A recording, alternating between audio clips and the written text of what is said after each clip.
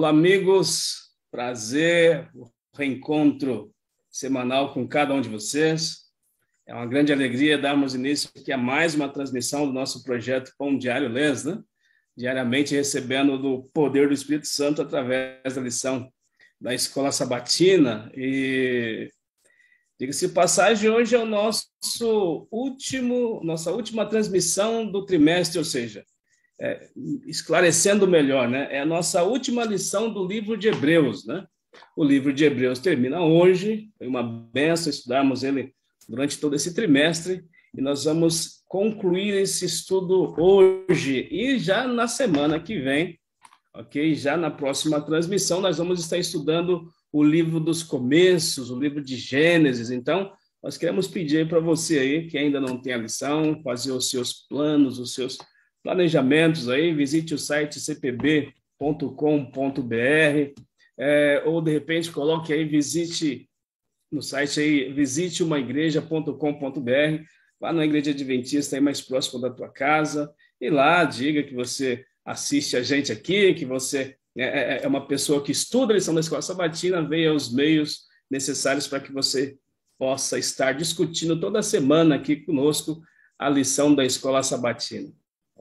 Tá certo? Quero mandar um abraço aí para todos os nossos amigos que já desde a primeira transmissão estão conosco, é o Sérgio Reis, é o Rafael Mendes, é o Gabriel Melo, enfim, falar todo mundo a gente vai se perder em algum momento aqui, mas todos vocês se sintam abraçados. É uma grande alegria ter vocês toda semana aqui discutindo a lição da Escola Sabatina e colocando um post e outro ali no Facebook e tal. Lembrando mais uma vez também que o José Martins, nosso responsável pela diagramação, está coordenando ali o canal no YouTube, né? É o mesmo nome, Projeto Pão Diário Lês. Você pode entrar, você pode se inscrever, e lá tem todos os vídeos que nós gravamos aqui durante todas as semanas. Gostaria de chamar o meu irmão e amigo pastor Isnaldo, para que nós possamos, então, dar início, para que ele diga algumas palavras também do que foi essa experiência desses 3 meses conosco aqui, com vocês, e para que nós, então, possamos dar início ao estudo que fizemos durante a semana que se passou. Por favor, amigo Isnaldo. Alô, amigos, é um prazer cumprimentá-los. Quero saudar aí meu amigo Adão pela parceria, e mais uma vez estamos aqui, mais uma semana, recapitulando aqui o guia de estudos, né, sobre a Carta aos Hebreus. Para mim foi uma grata satisfação, a cada semana a gente estar aqui recapitulando, e um desafio também, porque isso me fez estudar com mais afinco e com mais atenção a Carta aos Hebreus. Eu acredito que também para o amigo e amiga que está nos assistindo, eu espero em Deus que esses vídeos aqui tenham contribuído para um incentivo seu de estudar a Bíblia, estudar a lição também. Assim como Adão mesmo explicou, estamos terminando a explicação de um trimestre, mas a próxima semana já vamos continuar entrando em um novo trimestre de estudos. Vamos para o livro de Gênesis. Você é o nosso convidado a estar conosco, acessando e assistindo e compartilhando também esses links aí para os seus amigos, para os seus grupos de contato. É uma bênção, realmente foram 3 meses de bênção, já deixou saudade, mas existe aí uma ansiedade para começarmos a estudar com bastante afinco, com a orientação de Deus, esse estudo do livro de Gênesis. O amigo que está em casa, o irmão Isnaldo, vamos curvar as frontes, vamos pedir para que Deus nos conduza na lição deste momento. Oremos. Bondoso Deus, em nome de Jesus, nós te agradecemos porque chegamos na 13ª lição da Escola Sabatina. Foram 3 meses de estudo da tua palavra, 3 meses onde teu Espírito Santo esteve nos conduzindo nesses mananciais de tantas e tantas bênçãos. Sabemos que muita coisa foi dita, porém muitas outras coisas ficaram por dizer, mas nós só temos a agradecer, porque em todas essas situações nós temos a certeza que o Senhor nos conduziu. E não será diferente hoje, ó Deus. Em nome de Jesus, nós queremos te pedir que o Senhor, através do teu Espírito Santo, nos conduza na lição desta hora, a fim de que nós possamos extrair aquilo de melhor que o Senhor quer para cada um de nós. Que os nossos amigos que estão nos assistindo, nos acompanhando toda semana de maneira diligente, que eles possam sentir-se abraçados por ti e conduzidos também pelo teu Espírito Santo. Te pedimos essas bênçãos, ó Deus, com perdão dos nossos pecados, em nome de Jesus. Amém. Amém. O que você tem para nós aí, Adão? O que nós temos aqui na 13ª lição, meu amigo? Rapaz, e aí vem o encerramento. vem o encerramento do apóstolo Paulo, a lição aos Hebreus, da mensagem aos Hebreus, né, do sermão aos Hebreus. É interessante, Asnaldo, né, se a gente entrar, que ele fala para os Hebreus, logo no finalzinho lá, né? Olha, desculpe aí, porque eu falei pouca coisa, né? Eu falei pouquinho aí com vocês, eu queria ter falado mais. Imagina, mas imagina se tivesse falado discutimos mais. aqui 3 vezes, né? Mas ele disse que queria ter falado mais. E na lição da semana passada foi algo simplesmente fantástico, né? Como ele conduziu ali, falando a respeito de Deus fazer tremer a terra, nós recebendo um reino inabalável, falando a respeito do juízo, sabe, digamos assim, um caminhar do sermão assim, de maneira poderosa, né? Talvez, chegando aí na lição de número 10, no capítulo 13º do livro de Hebreus, ele talvez tenha pensado assim, olha, agora é hora de nós suavizarmos um pouco mais, né? Nós pegamos um pouco leve, digamos assim. E aí ele termina maestralmente essa lição do livro de Hebreus, falando a respeito de amor, falando a respeito de compromisso com Deus, né? Essas são as últimas orientações do capítulo 13 do livro de Hebreus, né? Que tem como título a lição Permaneça o Amor Fraternal. Você gostaria de dizer algumas coisinhas para a gente entrar aqui, falar alguma coisa de sábado? Sim, sim. O capítulo 13, já começando no capítulo 12, os últimos versículos, mas o capítulo 13 ele é um capítulo prático. Então, ele traz elementos práticos, né? A gente vai discutir ao longo da lição. E esses elementos práticos, isso é característico de Paulo. Quando a gente estuda a carta aos Romanos, Paulo faz a mesma estrutura. Ele começa conceituando o assunto, então ele dá a parte teológica, filosófica sobre o assunto, ele caminha, até o capítulo 10, 11 de Romanos. Aí quando ele chega no capítulo 12, a 16, 15, 16, ele já trata de assuntos práticos, de perdão, de relacionamento, de obedecer aos senhores, relacionamento do servo com o Senhor, etc. E o que a gente percebe? A gente percebe que essa última parte, nas epístolas de Paulo, principalmente em Romanos, tendo como base Romanos, e agora usando Hebreus, lendo Hebreus, essa última parte é uma aplicação do conceito que ele desenvolveu desde o primeiro capítulo. Então, quer dizer, o conceito que ele desenvolveu desde o primeiro capítulo é que Jesus Cristo é o nosso sumo sacerdote e intercede por nós diante de Deus Pai. Ele bateu bastante nessa tecla. O próprio autor da lição distribuiu a lição, a cada semana bateu nessa tecla. Então, se eu tenho a Jesus como meu Salvador, que intercede por mim no santuário celestial, e Jesus e a minha fé está como âncora dentro do santuário celestial, como resultado desta fé, como resultado desse relacionamento com Jesus, aí eu vou saber me relacionar com o próximo, vou saber honrar, obedecer as pessoas, eu vou saber andar em um caminho justo. Então, essa parte final da epístola, capítulo 13, é uma prática da teoria. Nós temos aqui. Perfeito. Maravilha. E o capítulo 13 ele é dividido aí. Alguns, na verdade, você pode dividir ele em mais partes, né? Mas alguns estudantes, alguns teólogos dividem aí o capítulo 13 em 3 partes, né? A primeira parte eles colocam do versículo 1, capítulo 13, do verso 1 ao verso 6. A segunda parte eles colocam do capítulo 13, do verso 7 ao verso 17, embora tenha algumas coisinhas ali no meio, entre o verso 9 e o verso 14, que demanda um pouco de atenção, e a gente vai bater esse papo daqui a pouquinho. E as palavras finais a partir do versículo 18 até o versículo 25, né? Então, dividindo aí em 3 partes, mas bem colocado por você essa questão do apóstolo Paulo, depois, muito, muito importante você colocar, né? Assim como ele faz em outros livros, Corinto, etc. Chega no final de toda a exposição, ele coloca uma aplicação. Na prática, como é que eu faço? Olha, você faça assim a partir de então, né? Bom, o verso para memorizar, capítulo 13, o verso 1, não, diz assim: seja constante o amor fraterno. E esse amor fraterno aqui que a Bíblia diz, né? A Bíblia diz no contexto em que é escrito também o Novo Testamento, que é na linguagem grega, né? Onde tinha várias definições para o amor aqui. O ágape, desculpe, não o ágape, mas o fraterno, né? Aquele filia, Filéu. é o amor, o filia, o filéu, né? Algumas traduções aí, é o amor fraterno, o amor delicado, o amor cortês, o amor cordial, o amor afetuoso. E o apóstolo Paulo diz que isso deveria permear os relacionamentos entre os cristãos. Era isso mesmo? Eu enfatizo aqui a palavra constante, né? Seja constante o amor fraternal. Então, o amor fraternal vem do grego phileon, né? Que é o tipo de amor que é o relacionamento entre irmãos, é o amor relacional. A palavra amor no grego, há várias palavras para amor no grego, né? Há uma palavra que se define sobre o amor de Deus para conosco. Há o amor conjugal, que é outro tipo de amor. E há o amor entre as pessoas, que é o amor filial aqui. E o apóstolo Paulo, como ele está se dirigindo a um grupo de pessoas, que são os cristãos ali, os hebreus, ele usa o termo fileol, que é o amor fraternal. E ele faz um apelo para que esse amor seja constante. Então, acredito que esse é um desafio para nós também, a gente ter uma constância no bem-estar do nosso relacionamento com o nosso próximo. Então, é assim que ele começa o capítulo, né? Ele pede para que nós lutemos a fim de que seja constante esse relacionamento, seja constante essa interação entre os irmãos aqui. Interessante essa colocação tua, né? A questão do ser constante.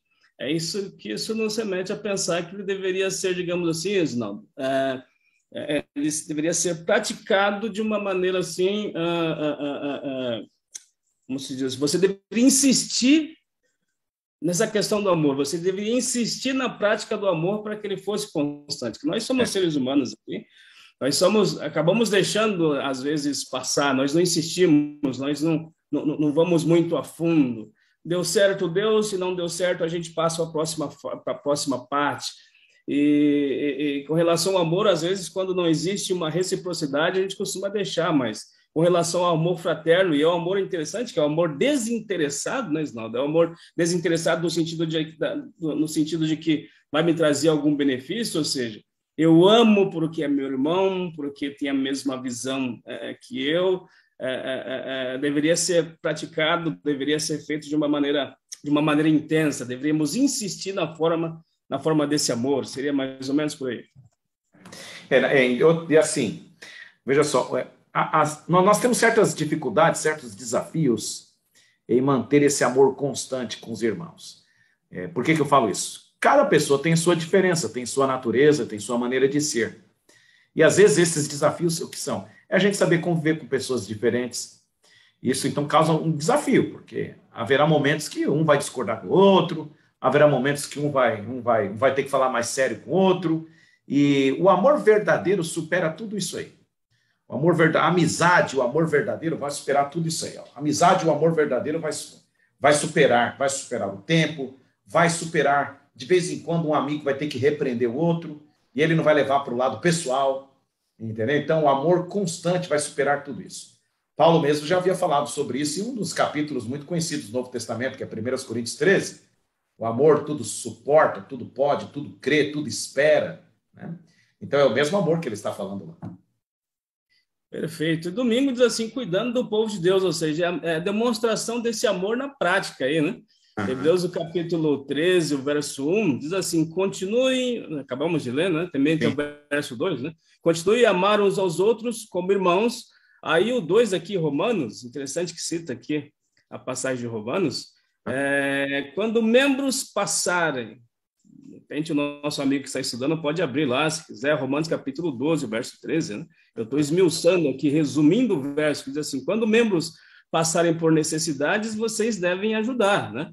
O 3 aqui, 1 Timóteo, capítulo 3, e o versículo 2, assim, aí está falando com relação aos bispos, né, os líderes da igreja, tal, eles devem ser membros irrepreensíveis e tal. Eu não quero entrar nessa linha agora, mas o que eu quero dizer, pelo menos esses primeiros, Hebreus capítulo 13, verso 1 e 2 e Romanos, é que os irmãos devem ser atendidos nas tuas necessidades, ou seja, interessante também que essa parte do domingo ele foca na questão da hospitalidade. Os irmãos devem ser atendidos nas suas necessidades, todas elas, mas talvez no contexto aqui que os hebreus estavam passando, o apóstolo Paulo ele foca talvez na questão da hospitalidade, né? Eu estava lendo alguma coisa nessa linha, e antes de passar a palavra para ti, que falava que, na verdade, a lição ela diz também, né? Que no começo do cristianismo Eles passavam de um lugar para outro, iam de Roma para outras localidades, etc. e tal. E os perigos eram constantes, as instalagens, muitas vezes, elas não eram tão agradáveis. Muitas dessas instalagens que tinham nas estradas, por exemplo, elas eram lugares de prostituição, ou seja, covil de ladrões, muitas vezes. E esses peregrinos, esses irmãos que iam de um lugar a outro levando a palavra de Deus, eles careciam de uma hospitalidade, de uma gentileza de algum irmão, né? Então, é mais ou menos essa linha aí que... sabe que Paulo no Antigo Oriente Médio, ali nas terras bíblicas, né, desde o Antigo Testamento, ali, desde a época de Abraão, ali na região do Mediterrâneo, era cultural você ter que receber pessoas. Veja só que eu estou usando verbos muito fortes, não era você poder, é ter que receber.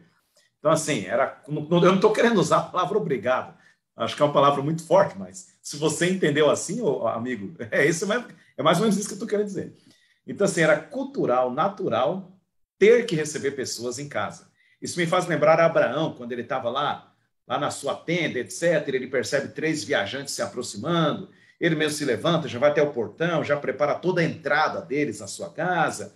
Então, será que essa questão da hospitalidade era cultural? A tal ponto que no Oriente Médio, o Antigo Oriente Médio, se você não recebesse alguém em casa, isso era crime. Era um sinal de crime você não receber alguém em casa, né? E é lógico, Paulo ele está usando esse elemento cultural, e eu achei interessante o contexto que você colocou aí também, justamente nesse contexto do cristianismo, de uma viagem missionária para outra, os cristãos estavam altamente necessitando de serem hospedados pelos próprios irmãos, né? E assim, Adão, vou dizer uma coisa para ti, viu? Essa lição, principalmente esse tema sobre a hospitalidade, ele veio em cheio para nós hoje. Por quê? O mundo hoje está vivendo uma crise de refugiados. Verdade. Entendeu? Então eu fico pensando assim, rapaz, interessante, né? Aqui no Brasil e tal, que nós estamos, não sei em que parte do planeta o amigo está assistindo esse vídeo, mas talvez o amigo esteja vivendo em alguma parte geográfica aí que esteja passando por uma crise de refugiado. É uma oportunidade que temos de colocar em prática isso aqui, né? De receber as pessoas em casa. Olha, seria muito interessante. A gente não tem muita coisa, né? Nós não somos, a gente não tem muita coisa a oferecer, mas o pouco que a gente tem que dividir com o nosso próximo. Seria interessante a gente acomodar a nossa casa. Imagine para receber uma família de refugiado, né? Essa crise que a gente está tendo na Ucrânia agora. Há tantas pessoas ali, gente, famílias, mães com filhos, precisando de um local para passar a noite, né? E é uma oportunidade que temos de apresentar o cristianismo na prática.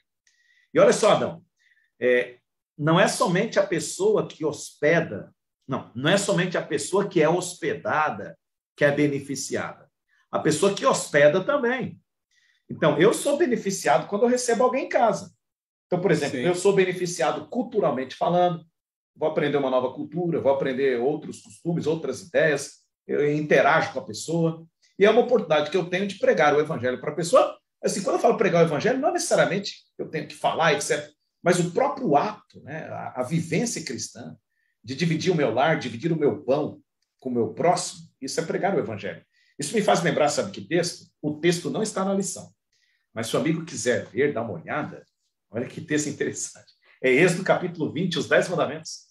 O 4º mandamento da lei de Deus trata sobre o assunto, quando diz aqui, ó, mas o 7º dia é o sábado do Senhor teu Deus. Não farás nenhum trabalho, nem tu, nem o teu filho, nem a tua filha, nem o teu servo, nem a tua serva, nem o teu animal, nem o forasteiro das tuas portas para dentro. Olha aí o quesito da hospitalidade. Então, assim, a guarda do sábado, a lição não trata do assunto. Mas isso me tocou agora nesse momento, porque o mandamento do sábado trata sobre a hospitalidade. Não? Então, a guarda do sábado inclui o elemento da hospitalidade que Paulo trata aí, no capítulo 13. Eu achei interessante essa colocação tua com relação ao próximo, né, Sinaldo? Que a gente pode estar lendo aqui e, no primeiro momento, pode entender que se trata especificamente, até na leitura que eu fiz aqui, nos comentários que eu fiz aqui a princípio, trata-se de auxiliar especificamente os membros da fé, mas você usou muito bem a expressão do próximo, né? E próximo é todo aquele que precisa do da minha ajuda. nosso auxílio, né? É lógico que, como comunidade cristã, nós temos o dever, e vou usar a expressão que você estava meio reticente de usar, né? você tem a obrigação de ajudar, mas ajudar o próximo não se trata de sermos membros da mesma comunidade de fé. Ajudar o próximo é ajudar toda e qualquer pessoa, independentemente de credo, de situação, enfim, toda e qualquer pessoa deve ser auxiliada. Isso é tremendo, e está no mandamento, como você bem colocou, né? Parte segunda-feira diz assim, né?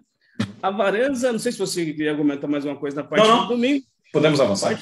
Segunda-feira ela fala assim, não, avareza e imoralidade sexual. E mais uma vez eu vou insistir, como eu comecei na parte do domingo, falando a respeito especificamente da situação deles ali, né? O contexto cultural do mundo grego-romano, né? O contexto cultural do mundo grego-romano, onde os hebreus estavam inseridos, onde a cristandade estava inserida, essa questão de avareza, né? Ou seja, a avareza é aquela luta desenfreada em busca de bens materiais e de dinheiro, etc. e tal. Essa questão de avareza e de imoralidade sexual era, de certa forma, algo cultural e até era tolerável, era tolerada e era também incentivada.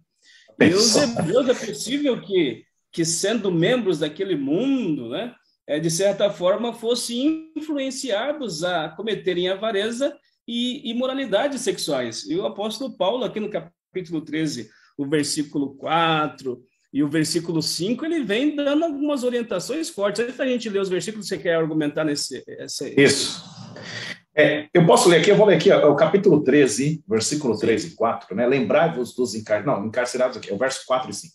Digno de honra entre todos seja o matrimônio, bem como o leite sem mácula, porque Deus julgará os impuros e adúlteros. Seja a vossa vida sem avareza, contentai-vos com as coisas que tens, porque ele tem dito, de maneira alguma te deixarei, nunca jamais te abandonarei. Assim afirmemos confiantemente, o Senhor meu auxílio, não temerei. Que me poderá fazer o homem? É interessante, o apóstolo Paulo ele trata de dois temas, Adão. Dois temas perigosíssimos, que sempre fez parte, sempre ameaçou a humanidade, não somente naquele tempo, mas desde quando existe gente, praticamente, né? E eu acredito, Adão, que tem sido um dos fortes instrumentos do mal nesses últimos dias para desviar os cristãos do caminho de Deus. E assim, e ninguém está imune disso não, viu? Todo mundo está propenso a cair nesses mesmos problemas que Paulo está indicando aqui. Problema de avareza, que é justamente a ganância pela riqueza, e Paulo mesmo ele orienta em uma das epístolas dele, acho que é Timóteo, ele fala assim, o amor ao dinheiro é a raiz de todos os males. Então, a ganância, a vontade de se enriquecer, que na verdade mostra o foco nas coisas terrenas, e a questão da imoralidade sexual, que isso apela às emoções, aos sentidos do ser humano. O ser humano ele responde muito rápido aos apelos dos sentidos, entendeu? E aí o inimigo, usando isso, perverte uma das instituições sagradas que vem desde o Éden, que é o casamento. Então é o cuidado que você, o amigo que está nos assistindo, independente de quem seja, todos nós temos a natureza pecaminosa, a gente tem uma bomba relógio dentro da gente. Se Deus não tiver misericórdia de nós e nos der poder do Espírito Santo para guardar, qualquer um de nós podemos escorregar nesses problemas aqui. Perfeito. Ainda insistindo com relação a essa questão, né, da avareza, esse apego excessivo ao dinheiro, né? Às vezes a gente fica pensando que avarento, de repente, é aquele, já tem muito, né? Tem muito, ele vive cuidando daquilo que ele já tem, mas existe aquele camarada que ele vive na luta, loucamente buscando um pouco mais de tempo ao sol e etc e tal, né? E eu queria insistir um pouquinho mais nesse assunto, porque, como tu falou, talvez a nossa sociedade hoje em dia tolere esse tipo de coisa, né? Por exemplo, a lição ela comenta com relação ao divórcio, né, Isnão? Ou seja, o único motivo, digamos assim, para que exista um rompimento na relação entre homem e mulher, feito através do casamento, seria a questão da infidelidade conjugal, a questão do adultério, mas hoje em dia parece que está meio diferente, né? Ou seja, Foi bom. A lição falando dos gregos, eles tinham mais ou menos a ideia seguinte, não? Que tipo assim, o que os olhos não veem, o coração não sente. Ou seja, se eles tivessem algum relacionamento sexual, afetivo fora da relação, a esposa ou o esposo não ficar sabendo, tava tudo bem. E, de certa forma, hoje em dia, nos nossos dias, é algo parecido assim, né? A esposa não sabe, a igreja não sabe, a mãe não sabe, o filho não sabe, então não tem nenhum agravo nesse sentido. Mas, amigo, a Bíblia diz que Deus conhece, Deus julgará os impuros, né? E que você, infelizmente, está deixando o seu leito com mácula. É difícil isso aqui, né? O seu leito está maculado e Deus julgará. E Deus julgará os impuros. Uma coisa interessante também com relação a essa questão dos impuros, tem muita gente virgem, desculpe me delongar um pouquinho nessa parte. Não, mas é bom esse assunto. Eu queria bater esse papo contigo também, para o amigo que está nos escutando, que é importante refletir sobre essas coisas, né? Sim. Existem muitas pessoas virgens, porque não cometeram a relação sexual em si, mas não são puros, são impuros. Exato. Ou seja, o corpo acaba sendo usado de várias maneiras, só não existe a relação exata sexual. Exato. Mas o corpo já foi tocado de maneiras assim impróprias, etc. E tal. E seria interessante que os nossos amigos, nós pensemos nisso, e que os nossos amigos pensem também, porque não existe relacionamento sexual a dois, sempre existe um Deus que sabe todas as coisas, está vendo todas as coisas. E Deus sabe exatamente onde nós estamos, com quem nós estamos, e vai jogar nossos atos. Adão, me permita, eu até agradeço você tocar nesse assunto aí, me permita a gente se delongar um pouco desse assunto, dentro do nosso tempo aqui, é lógico, né? Sim. Muito bom. Acho que esse assunto é necessário, imprescindível, e a gente estaria em falta se a gente não tocasse. O assunto a tal ponto que faz parte da lição de semana. Olha, primeiramente você falou do assunto do divórcio, né? A Bíblia Sagrada, ela é muito clara em relação ao casamento.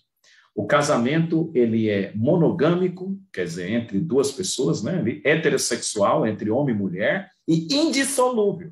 Então, são 3 princípios do casamento. Ele é monogâmico, heterossexual e indissolúvel. Sim. A única exceção, não que Deus permita, mas que é tolerada por ele. Pessoal, olha só a diferença das palavras que eu estou usando. Eu estou usando o termo tolerado, porque alguma coisa que você tolera é aquilo que você não queria que acontecesse, mas por causa da situação está acontecendo. Então, a única exceção tolerável por Deus é quando ocorre a infidelidade conjugal. E mesmo assim, Deus ainda apelaria para que houvesse perdão e redenção do casamento.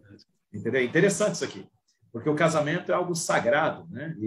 E aqui a gente percebe que há algumas práticas que podem, usando aqui a terminologia de Paulo, podem macular o leito.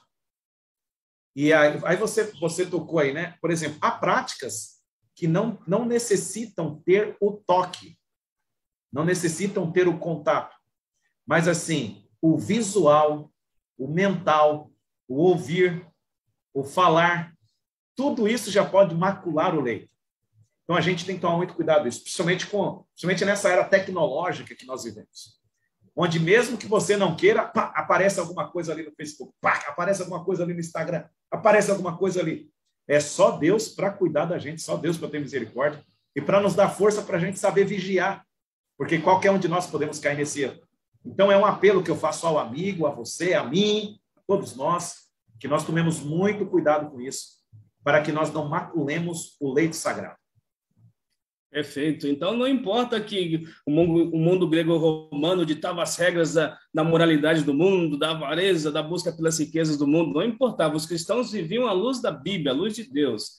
E conosco hoje não é diferente. Que Deus nos ajude, nos ilumine a não cairmos nessa situação que é tão dentro da nossa natureza humana caída. Né? Eu quero falar algo aqui viu, Adão? Quero falar só algo aqui para os amigos aí. Talvez vocês estejam ouvindo um barulhinho de chuva. Aqui em Belém é que nem um dilúvio aqui todo dia, chove sempre. Mas daqui a pouco passa. É o bom barulho de chuva, dá até vontade de dormir aqui. Avança aí. Aqui em São Paulo já está quase 30 graus. Eu estou aqui meio que na sombra, mas está quente. Tá bem quente aqui. Bom, terça-feira fala a respeito, Esnaldo. Lembre-se de seus líderes. E aí Legal. a ideia, mais ou menos, é de fidelidade e de lealdade, né? Lógico, a gente vai discutir alguma coisa com relação ao que acontecia aqui nesse contexto dos hebreus aqui, né? Mas parece que eles estavam se demovendo da ideia que das instruções que eles receberam dos seus líderes diante de tanto esforço que foram feitos, né? Seus líderes fizeram muito esforço, seus líderes fizeram digamos assim, um trabalho muito forte com eles para levar o evangelho, né? E o capítulo 7 até o verso 17 aqui, que seria a segunda divisão ali do capítulo 13 de Hebreus, eu fatiei algumas coisas aqui, ele diz mais ou menos assim: sigam o exemplo de fé de seus líderes. Esse é o versículo 7. Aí no versículo 8, ele diz assim: Jesus é o maior líder. Eu vou te passar a palavra, mas antes você me permite dizer algumas coisinhas rápidas aqui. Eu achei interessante esse verso que diz: sigam os seus líderes, mas sigam o seu exemplo de fé. Sigam o exemplo de fé de seus líderes. Porque os seus líderes não são somente exemplos na fé. Eles têm outros exemplos na vida, eles são seres humanos. Nós comentamos aqui, já faz algum tempo, a respeito de Moisés, né, o pai da fé, e nós objetivamos, seguindo a lição, observamos a sua parte espiritual forte. Mas Abraão, né? Abraão teve diversas dificuldades, e Moisés também. Abraão, no caso das suas questões sexuais, interessante, da ponte de segunda para terça, né, que fala a respeito de casamento, Abraão teve suas dificuldades no casamento, contraiu o matrimônio e etc. e tal. Ou seja, tinha alguns exemplos de Abraão que eles não deveriam ser seguidos. Existem alguns exemplos dos nossos líderes espirituais anteriores a quando aceitamos a Jesus e da nossa atualidade que eles não devem ser absorvidos, né? Eles não devem ser esquecidos, mas o que deve ser considerado e observado é o exemplo de fé dos nossos líderes. E se, porventura, nossos líderes nos deixarem em alguma situação difícil, delicada, e repensando, talvez, a nossa caminhada cristã, o verso 8 do capítulo 13 de Hebreus diz: Jesus é o maior dos líderes. Ele é o mesmo hoje, ele é o mesmo ontem, e ele será eternamente seu líder, e, infelizmente, em algum momento não foi o mesmo ontem. Ele não é o mesmo hoje, e amanhã ele não, de repente, ele vacilar na fé. O exemplo máximo que você tem que ter na vida cristã, na vida espiritual, é a pessoa de Jesus Cristo, porque ele nunca vai te decepcionar. Lógico, eu vou considerar algumas coisinhas, mas eu gostaria que você dissesse algumas coisas nesse começo aqui de terça-feira. Sim. Não, é interessante aí o link que você está fazendo, né, entre os líderes e a pessoa de Jesus. É porque quando a gente faz uma leitura, capítulo 13, versos 7 e 8, parece que o versículo 8 está desconectado. Ele parece que ele está ali solto, né? Mas não é não. É interessante o link. O versículo 7 trata sobre os nossos guias, os nossos líderes. Não? E quem são esses líderes aqui imediatos que Paulo está falando? São os líderes espirituais ali dos hebreus, aqueles que levaram o evangelho a eles. E aí fala para a gente que eles deveriam ser considerados, respeitados. Por quê? Foram pessoas as quais Deus usou como instrumentos. E Deus colocou a autoridade deles sobre eles como instrumentos para evangelizá-los. Só que isso não os faz pessoas perfeitas. Entendeu? Isso não os faz pessoas perfeitas. Infelizmente, como humanos, uma hora ou outra, talvez, serão passíveis de erro. Entendeu? Serão passíveis de erro. E o ato de serem passíveis de erro não me dá também a liberdade de condená-los, de se rebelar. Não me dá essa liberdade. Muito pelo contrário. Eu preciso seguir o que diz Mateus capítulo 18. Se eu tenho algo a observar a alguém, eu não posso ficar difamando a pessoa, eu tenho que ir até a pessoa e conversar com ela. Então, por exemplo, talvez eu esteja falando para alguém aqui que talvez esteja de cara virada aí com algum líder da igreja, né, e tal, não quero falar com esse fulano não, tal, esse fulano está errando e tal. Essa não é a atitude correta. A atitude correta, veja só, a tal pessoa a qual você está irada, se ela errou, infelizmente, se eu estivesse no lugar dela também, eu também erraria. E você também. Então, assim, a gente tem que ter paciência e, ao mesmo tempo, agir como cristão. Chegar na pessoa e conversar com a pessoa. Agora, é interessante o link que você fez. Acaso todos caem, o versículo 8 vai mostrar um líder por excelência, aquele que não cai e nunca vai nos decepcionar. Né? Jesus Cristo ontem e hoje é o mesmo. e o será para sempre. Perfeito. Eu vou considerar algumas coisas da parte de terça-feira nessa parte de quarta, quando diz assim, cuidado com doutrinas diferentes e estranhas. Esses líderes, né, Islão? Rapaz, levaram muitas cargas, muitas dificuldades para poder levar o evangelho para os hebreus e para outras pessoas demais. Foi um trabalho exaustivo, um trabalho terrivelmente pesado, né? Para que agora chegasse algumas doutrinas diferentes entre os hebreus e eles começassem a considerar essas doutrinas, né?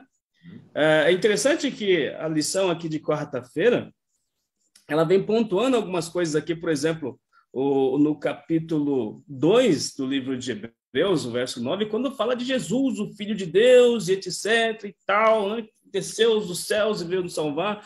O capítulo 4 do livro de Hebreus, verso 16, fala que ele está no santuário ali intercedendo por nós. O capítulo 6, verso 19 e o verso 20 fala que ele é a nossa âncora segura e está lá no santuário celestial. Ou seja, foi um trabalho muito extenso, entre outros trabalhos que foram colocados diante dos hebreus, para que agora eles fossem levados para outras doutrinas. É mais ou menos o que o apóstolo Paulo está falando, cuidado, vocês receberam umas informações poderosíssimas, tremendas, e vocês não podem ser levados assim a toda a doutrina nova que aparecer. Então, vocês precisam pensar essas questões. Existe uma questão de lealdade e fidelidade com os homens, de reconhecimento do trabalho com os homens, do seu esforço, mas também existe a questão do cuidado com a doutrina pura que foi apresentada, né? Então, cuidado com doutrinas diferentes. Antes de eu entrar aqui nesses assuntos, eu gostaria que você desse o seu parecer inicial aqui da quarta-feira. No versículo 9, esse é um dos versos que a gente precisa entender bem, né? Que nem, por exemplo, não vos deixeis envolver por doutrinas várias e estranhas. Aí, até aqui, o leitor fica pensando, que tipo de doutrina é essa? Aí vamos prosseguir a leitura.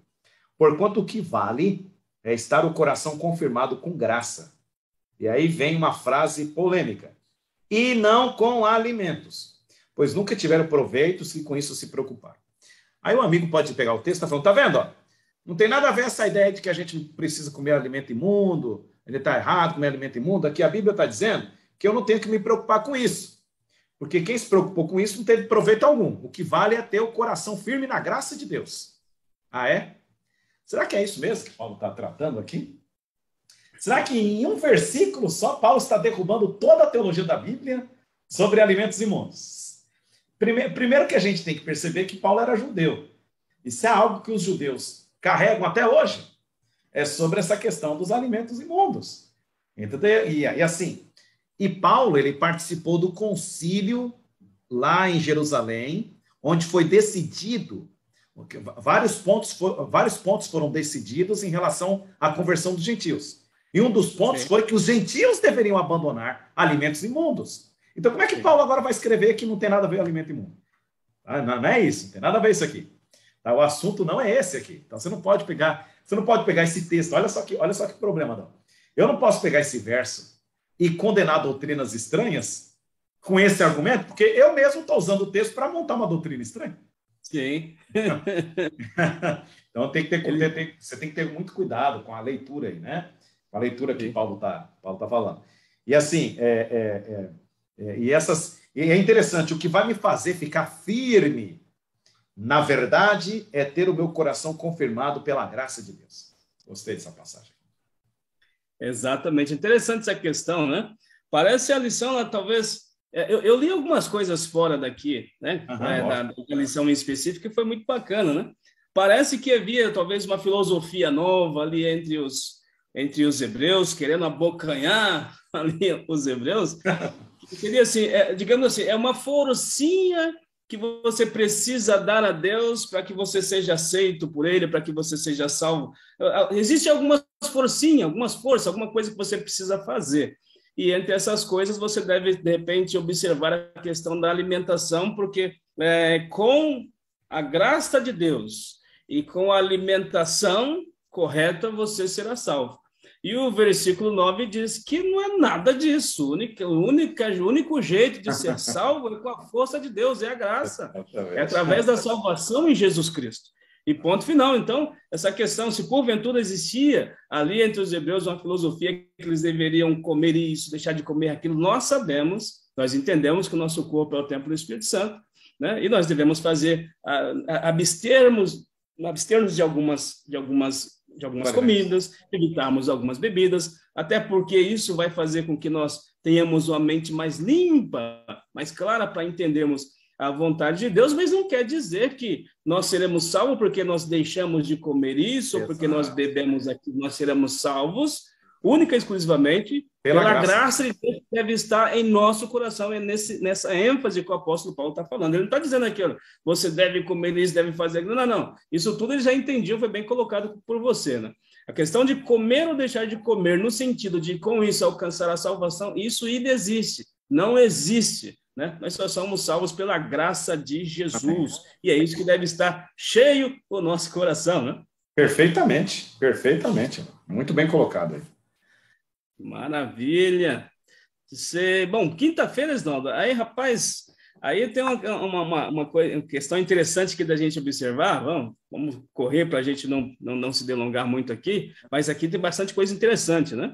A profecia diz, lição de quinta-feira, diz que ali no arraial, né, perto do acampamento do povo judeu, existia uma espécie ali de um lixão, né? É isso mesmo. Um cemitério onde as pessoas jogavam os desertos, era como se fosse um lixão.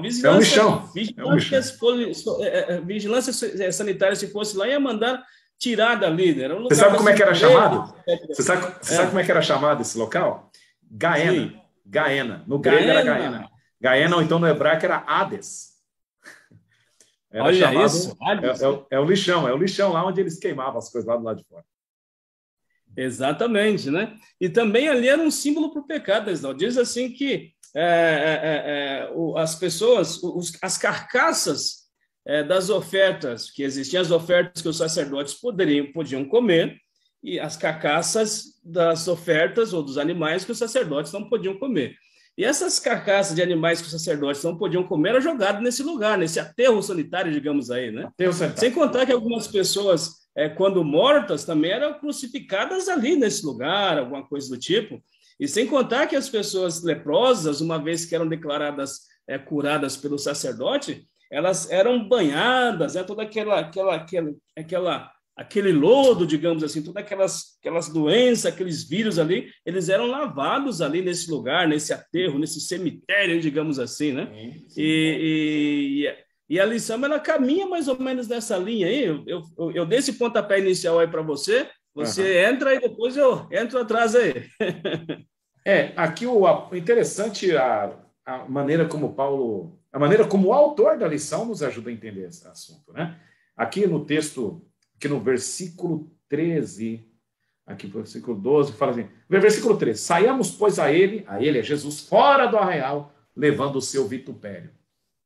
Sim. Se não fosse a compreensão desse contexto histórico e cultural, a gente não entenderia o texto. Tá? Então é interessante isso aqui.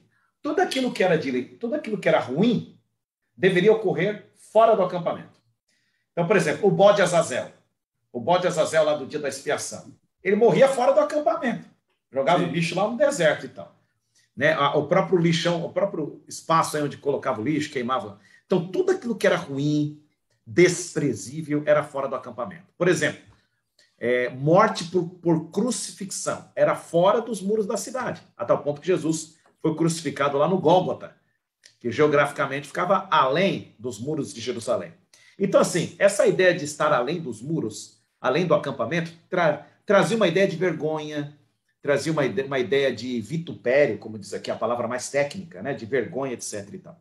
E aí Paulo ele vai usar esse símbolo de vergonha e de vitupério e vai dizer assim, sigamos a Jesus para fora do arraial, levando o seu vitupério. Então, é interessante que o autor ele pega o auxílio de outros textos bíblicos, que nem nós temos aqui, ele pega o auxílio de outros textos bíblicos que diz assim, quem não for meu discípulo e carregar a cruz não é digno de mim, etc. e tal, né? Quem não for meu discípulo e carregar a cruz. Então, quando a pessoa aceita Jesus como Salvador, para o mundo, ela também vai levar o vitupério, vai levar a sua vergonha. Porque ela vai ir totalmente na contramão do mundo, ela vai ter que negar a si mesma, vai ter que negar até mesmo pessoas que talvez estejam próximas de si, que estejam contrariando sua decisão. Então, isso é negar a si mesmo, levar o vitupério. Então, ele pega um exemplo cultural da época e traz aqui uma aplicação espiritual, né? Jesus carregou a cruz, e a cruz era um vitupério. Então, nós também temos que levar a cruz, assim como Jesus. Temos que sair fora do arraial. Então, ele vai usar essa imagem cultural, geográfica que tinha para trazer uma aplicação espiritual para nós. Muito legal. Tá certo.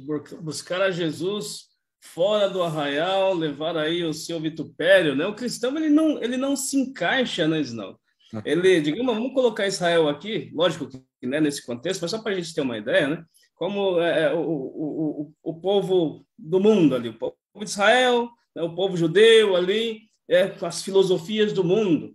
E os seguidores de Jesus Cristo, eles não se encaixam com essa filosofia. Então, eles precisam sair fora da cidade para ter um encontro com Jesus além da cidade. Precisam sair fora dos costumes, dos usos e costumes do mundo, sair fora do acampamento para ter um contato com Jesus fora da cidade. E uma vez que você não se encaixa, como você bem colocou, você sofre algumas dificuldades, você é quadrado, você é um antissocial, você se acha melhor do que os outros. Isso eu estou trazendo para uma linguagem mais próxima à nossa realidade, linguagem mais simples, né? Você é um tanto quanto metido a besta, porque você não faz o que todo mundo faz, ou seja, você sai da cidade, você sai dos usos e costumes para você ter um encontro com Jesus fora da cidade. Você não vai se encaixar de maneira alguma aí, né? É o carregar a cruz. É o carregar a cruz, né? Eu e você, como cristãos, você, amigo que está me ouvindo, me assistindo aí também, Jesus está te chamando para você carregar a cruz, né? E aquele que não... O carregar a cruz, o que é? Negar a si mesmo, negar a sua própria vontade, né? Jesus fez isso. Se o mestre fez isso, quanto mais os seus seguidores. Perfeito. Sexta-feira, para a gente concluir aqui, camarada, eu dividi em algumas partes também, eu quero falar uma coisa rápida aqui. Sexta-feira diz aqui, porque quando a gente lê, né, Isnaldo, lá no começo da lição, né, permaneça o amor fraterno, e como você leu no capítulo 13, verso 1, né, seja constante o amor fraterno. Eu falo para você que às vezes a gente fica meio desapontado, assim, sabe? Rapaz, mas eu estou muito longe disso aqui, rapaz. Sabe, eu não sou constante no amor, sabe? Meu irmão já, de repente, fica meio bravo comigo, eu já não quero saber dele, e eu já não sento na mesma cadeira, eu quero mudar de igreja, eu não... Sabe, às vezes a gente fica pensando, Senhor Deus, como é que vai permanecer esse amor constante? Me ajuda, né? E a lição, ela diz assim que os crentes, eles conseguiram esse amor por algo que era fora deles, ou seja, é algo que era contrário à natureza deles. Algo que era contrário à natureza dos cristãos, invadiu a vida dos cristãos e fez com que eles tivessem esse amor fraterno que era alguma coisa fora deles. Era uma coisa não natural à sua natureza. Não sei se você conseguiu entender. Sim. Né? Uma coisa da sua natureza. Né? A lição diz assim, sexta-feira, depois da vinda do Espírito Santo, os crentes se rejubilaram na graça da comunhão com os santos. Rapaz, isso aqui foi muito forte, né? Ou seja, o que eles conseguiram, a gente lê, né, no capítulo 2 do livro de Atos, capítulo 2, capítulo 3, capítulo 4, e o livro de Atos vai deixando a gente louco, assim, no sentido positivo da coisa. Senhor Deus, que coisa boa!